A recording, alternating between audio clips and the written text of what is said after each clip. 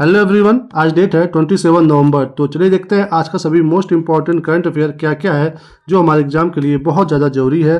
दोस्तों, सबसे पहले वीडियो की शुरुआत हम करते हैं कोटेशन से, जो हमारा फोकस होता है कि हमें पढ़ाई के साथ साथ एक अच्छा इंसान बनना है। तो आज का कोटेशन है, किसी का अपमान करने से पहले एक बार अवश्य सोचना चाहिए, उसके स्थान पर यदि आप होते तो कैसा लगता।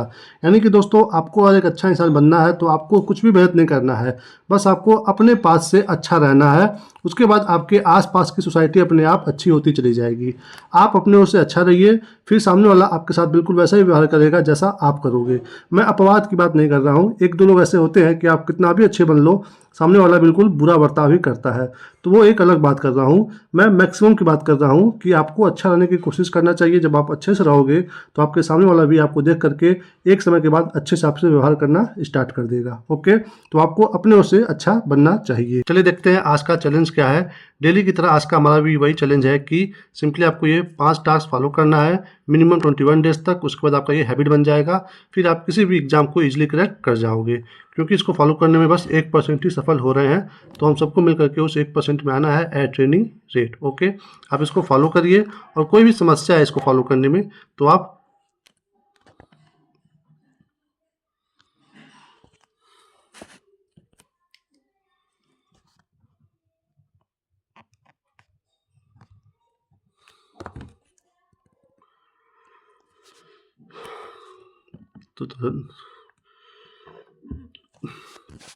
तो चलिए शुरू करते हैं। चलिए अब देखते हैं आज का कोटेशन क्या है। तो चलिए शुरू करते हैं। चलिए अब देखते हैं दोस्तों, डेली की तरह आज का हमारा चैलेंज क्या है। डेली की तरह आज का भी यही चैलेंज है कि आपको सिंपली ये 5 टास्क फॉलो करना है। डेली आप इसको फॉलो करिए और खुद को ईमानदारी के साथ नंबर दीजिए 5 में से, और जो नंबर आपको मिलेगा वो कमेंट करके बताना है।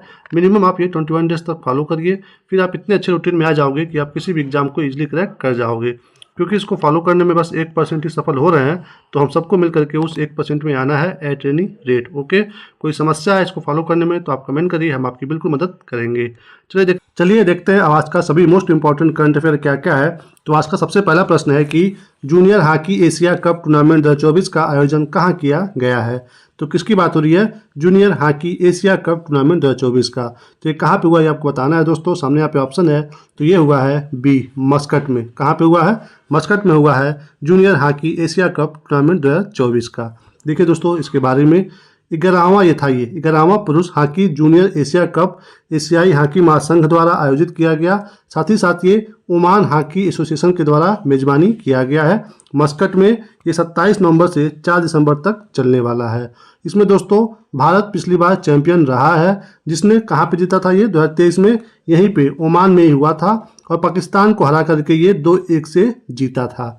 यानी कि पिछली बार का चैंपियन पाकिस्तान को हरा करके भारत बना था। यहीं पे पिछली बार भी हुआ था ओमान में। दोस्तों, इस बार का जो ये टीम है अपना भारतीय हॉकी टीम, इसकी कप्तानी कौन कर रहे हैं? आमिर अली जी कर रहे हैं। दोस्तों, बात हो रहा है पुरुष हॉकी जूनियर एशिया कप का।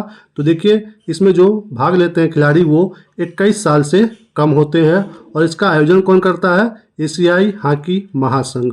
और अब तक का जो भी आयोजन हुआ है इसमें भारत के द्वारा 2004 में, 2015 में और 2008 में और 2023 में जीता गया है। यानी कि 4 बार जीत करके चैंपियन बना है भारत इस प्रतियोगिता में। दोस्तों, यहाँ पे बात हो रहा है एशियाई हॉकी महासंघ का, तो देख लीजिए इसके बारे में भी, क्योंकि यहाँ से भी क्वेश्चन आ सकता है। तो जो एशियाई हॉकी महासंघ है, इसका स्थापना कब हुआ था? 1958 में टोक्यो में ये हुआ था, और प्रेजेंट टाइम में इसका मुख्यालय कहाँ पे है? मलेशिया देश में है। और जब ये स्थापना किया गया था तो उस समय 5 संस्थापक देश थे। कौन कौन? भारत, जापान, कोरिया गणराज्य, मलेशिया और पाकिस्तान। इन 5 देशों ने मिल करके ये एशियाई हॉकी महासंघ बनाया था। 1958 में हेडक्वार्टर है मलेशिया में। ओके दोस्तों, आगे देखिए, बात हो रहा है कि ये इस बार कहाँ पे हो रहा है? ओमान देश में हो रहा है। तो विश्व लेवल पे ओमान का आप यहाँ पे लोकेशन देख लीजिए, भारत के इस साइड में है ये। ओमान की राजधानी क्या है? मस्कट है, जहाँ पे इस बार हो रहा है ये। और ओमान की मुद्रा क्या है? तो वो है ओमानी रियाल। दोस्तों, यहाँ पे मैप में देख लीजिए, यहाँ पे आप देखिए पर्शियन गल्फ है इसके इस साइड में, और यहाँ पे है गल्फ ऑफ ओमान। इन दोनों के बीच में एक जल संधि है जिसको हम बोलते हैं straight of Hormuz. Okay, bar bar exam में पूछता है कि ये किन 2 सागर को जोड़ता है, तो इधर पर्शियन सागर को और इधर गल्फ ऑफ ओमान को नाम है स्ट्रेट ऑफ हॉर्मुज। ओके, और यहाँ पे देखिए गल्फ ऑफ मशीरा यहाँ पे है। तो अगर पूछे कि गल्फ ऑफ मशीरा किस देश के पास है तो ओमान के पास है। ये भी एग्जाम में बार बार आता रहता है। चलिए दोस्तों चलते हैं अब अगले प्रश्न पे। अगला क्या है, आईपीएल 2025 में सबसे कम उम्र के खिलाड़ी के रूप में किसे शामिल किया गया है। यानी कि जो अभी नीलामी हुई है आईपीएल की, उसमें सबसे कम उम्र के कौन खिलाड़ी है जिन्हें शामिल किया गया है। तो दोस्तों सामने यहाँ पे ऑप्शन है, तो ये है ए वैभव सूर्यवंशी। देखिए दोस्तों इनके बारे में, ये है इनकी फोटो, नाम है वैभव सूर्यवंशी और ये मात्र 13 वर्ष के हैं और अब आईपीएल ये खेलने वाले हैं। और इनको कौन सा टीम लिया है, राजस्थान रॉयल्स 1 करोड़ 10 लाख रुपए में इनको खरीदा है। दोस्तों ये कहाँ के रहने वाले हैं, मूल निवासी, ये मूल निवासी हैं बिहार के समस्तीपुर के और इनका डेट ऑफ बर्थ है 2011, यानी कि ये मात्र अभी 13 साल के हैं। चलिए दोस्तों देखिए आईपीएल के बारे में हमने भी कल भी देखा था इसके बारे में। आईपीएल में दोस्तों सबसे महंगे खिलाड़ी कौन बिके हैं, ऋषभ पंत, और दूसरे नंबर पे आए हैं कौन, श्रेयस अय्यर। ऋषभ पंत को कौन लिया है, लखनऊ सुपर जायंट 27 करोड़ में, और श्रेयस अय्यर को लिया है पंजाब किंग 26.75 करोड़ में। और दोस्तों आईपीएल कौन करवाता है, बीसीसीआई। ये एक T20 टूर्नामेंट है जो कि 2008 से शुरू हुआ है। सबसे सफल टीम इसमें कौन रहा है, मुंबई इंडियंस और चेन्नई सुपर किंग, दोनों ने 5-5 बार इसको जीता है। और पिछली बार का चैंपियन कौन रहा है, तो वो है दोस्तों कोलकाता नाइट राइडर्स। ओके, चलिए चलते हैं अगले प्रश्न पे। अगला क्या है दोस्तों, global forum middle east and Africa 2024 कहाँ शुरू हुआ है। तो बताना दोस्तों कहाँ शुरू हुआ है, सामने यहाँ पे ऑप्शन है, तो ये शुरू हुआ है सी, दुबई में शुरू हुआ है global forum middle east and Africa 2024। बस इसके बारे में इतना ही जानना है आपको। चलिए चलते हैं अगले प्रश्न पे। अगला क्या है दोस्तों, 13वें संयुक्त राष्ट्र वैश्विक भू स्थानिक सूचना प्रबंधन GGIM एशिया प्रशांत पूर्णाधिवेशन और क्षेत्रीय सम्मेलन की मेजबानी कौन सा देश करेगा। तो दोस्तों सिंपली आपको बताना है कि इस बार का जो भू स्थानिक सूचना प्रबंधन सम्मेलन हो रहा है ये कहाँ पे हो रहा है, कौन से देश में हो रहा है।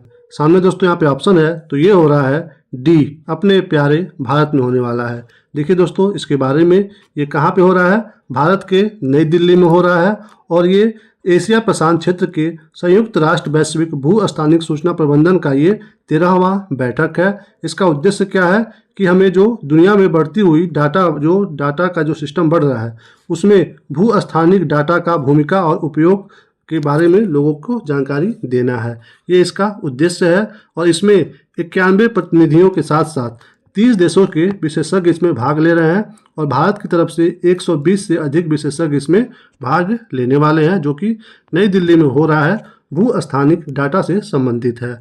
चलिए दोस्तों चलते हैं अगले प्रश्न पे। अगला क्या है, नई चेतना के तीसरे चरण के अंतर्गत 13 राज्यों में 227 जेंडर रिसोर्स सेंटर का उद्घाटन किसने किया है। यानी कि सिंपली आपको बताना है कि 13 राज्यों में 227 जेंडर रिसोर्स सेंटर का उद्घाटन किसने किया है। तो दोस्तों सामने यहाँ पे ऑप्शन है, तो ये किया गया है ए, शिवराज सिंह चौहान जी के द्वारा।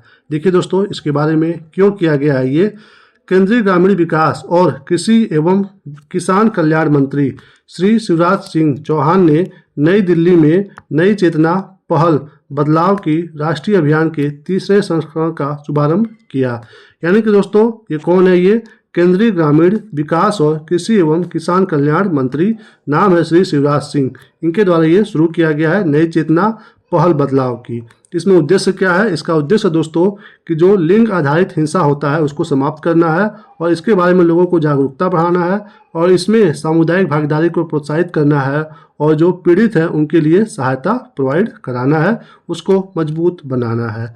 दोस्तों चलिए चलते हैं अगले प्रश्न पे। अगला क्या है, द टीचर ऐप का अनावरण किसने किया है। तो कौन से ऐप की बात हो रही है, द टीचर ऐप। तो दोस्तों सामने यहाँ पे ऑप्शन है, तो किसने किया है इसका अनावरण, बी, धर्मेंद्र प्रधान जी ने। देखिए दोस्तों इसके बारे में क्या बात हो रहा है, केंद्रीय शिक्षा मंत्री धर्मेंद्र प्रधान ने नई दिल्ली में टीचर ऐप का अनावरण किया है। तो आपको ध्यान देना है कि धर्मेंद्र प्रधान जी कौन से मंत्री हैं, केंद्रीय शिक्षा मंत्री हैं। ये यहाँ इनकी फोटो है।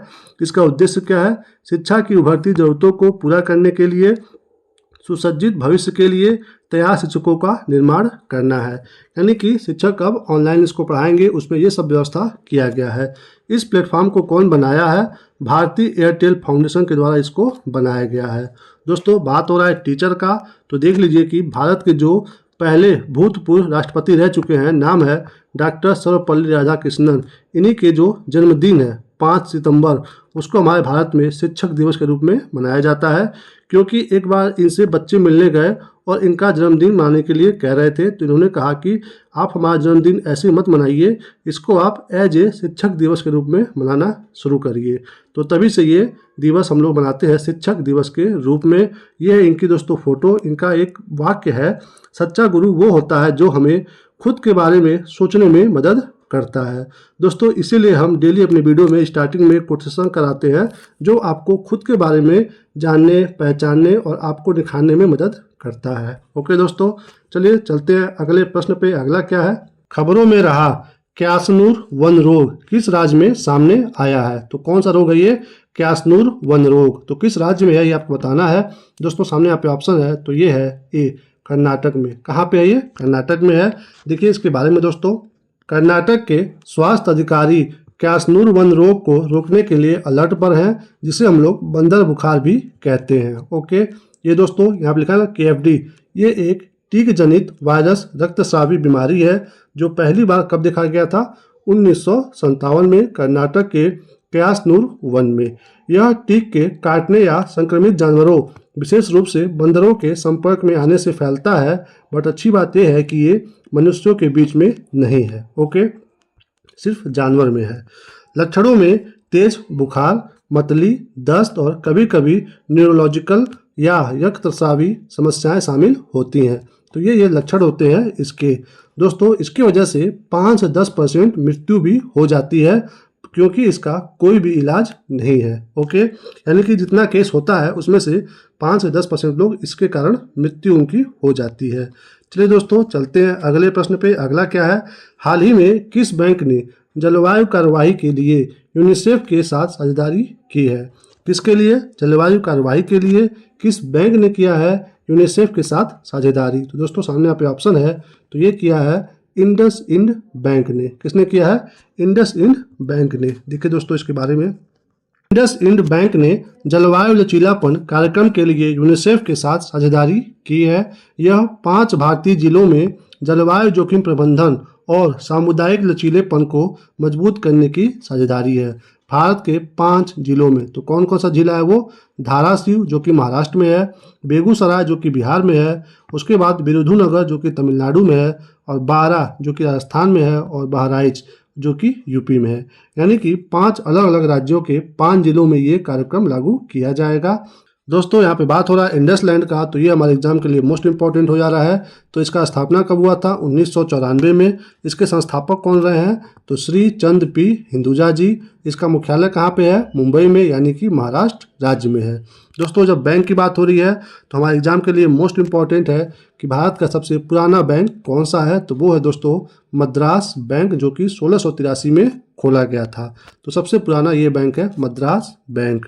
चलिए चलते हैं अगले प्रश्न पे। अगला क्या है, हाल ही में रितिका हुड्डा ने विश्व सैन्य चैंपियनशिप में कौन सा पदक जीता है। तो क्या नाम है, रितिका हुड्डा। तो बताना है कि विश्व सैन्य चैंपियनशिप में कौन सा पदक ये जीती हैं। तो दोस्तों सामने यहाँ पे ऑप्शन है, तो ये जीती हैं ए स्वर्ण पदक, यानी कि गोल्ड। देखिए दोस्तों इनके बारे में, ये यहाँ की फोटो है रितिका हुड्डा जी की। भारत ने आर्मेनिया के येरेवन में 2024 के विश्व सैन्य कुश्ती चैंपियनशिप में 3 स्वर्ण पदक जीते हैं, और इसी के साथ साथ टोटल पदक 7 आए हैं।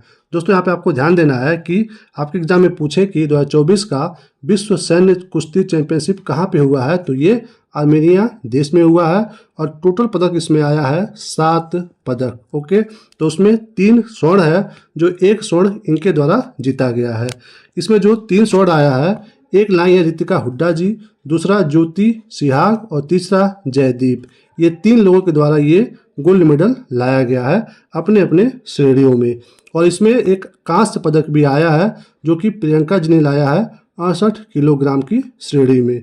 और दोस्तों ये जो चैंपियनशिप है, इसमें पहली बार भारत की तरफ से महिलाओं को भेजा गया था, यानी कि यह पहली बार था जब भारत ने इस चैंपियनशिप में महिलाओं का दल भेजा था। ओके, तो ध्यान देना है कहाँ पे हुआ है, आर्मेनिया में हुआ है। 3 स्वर्ण आया है और टोटल 7 पदक है। और ये नाम आपको पता होना चाहिए, एग्जाम में पूछे कि इनका संबंध किस खेल से है, तो ये तीनों लोग कुश्ती से संबंधित है। ओके दोस्तों, तो इसको ध्यान रखना है। चलिए दोस्तों, इसी के साथ इस वीडियो के हम समाप्त करते हैं। Thank you for watching.